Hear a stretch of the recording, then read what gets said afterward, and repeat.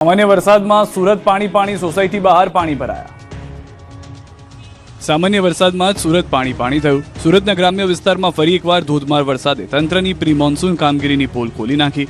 પાલોદ ગામના ખીમચાર રસ્તા નજીક આવેલી રોયલ પાર્ક સોસાયટીમાં વરસાદી પાણી ઘૂસી ગયું, જેના કારણે સ્થાનિકોને ભારે હાલાકીનો સામનો કરવો પડ્યો। સોસાયટીમાં જવાના મુખ્ય માર્ગ પર ઘૂંટણસમાના પાણી ભરાઈ જતા વાહન વ્યવહાર પ્રભાવિત થયો।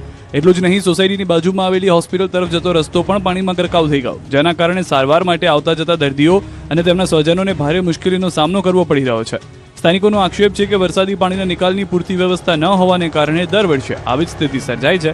ભારે વરસાદ વચ્ચે ફરી એકવાર પ્રી મોન્સૂન કામગીરીના દાવાઓ સામે સવાલો ઊભા થયા છે। ઓલપાડ ટાઉનમાં ધોધમાર વરસાદ વરસતા તાલુકા પંચાયતના પાર્કિંગમાં વરસાદી પાણી ભરાઈ ગયા। સેવા સદનમાં ગેટ નંબર 2 પાસે પણ પાણી ભરાવાથી અરજદારોને આવન જાવનમાં ભારે હાલાકીનો સામનો કરવો પડ્યો। બીજી તરફ ઓલપાડના મુખ્ય બજારમાં પણ ઠેર ઠેર પાણી ભરાતા વાહન ચાલકો અને વેપારીઓ મુશ્કેલીમાં મુકાયા। વરસાદી પાણીના ઝડપી નિકાલની વ્યવસ્થા ન હોવાને કારણે થોડા જ વરસાદમાં પાણી ભરાવાની સ્થિતિ સર્જાતા સ્થાનિકોમાં પણ અસંતોષ જોવા મળ્યો।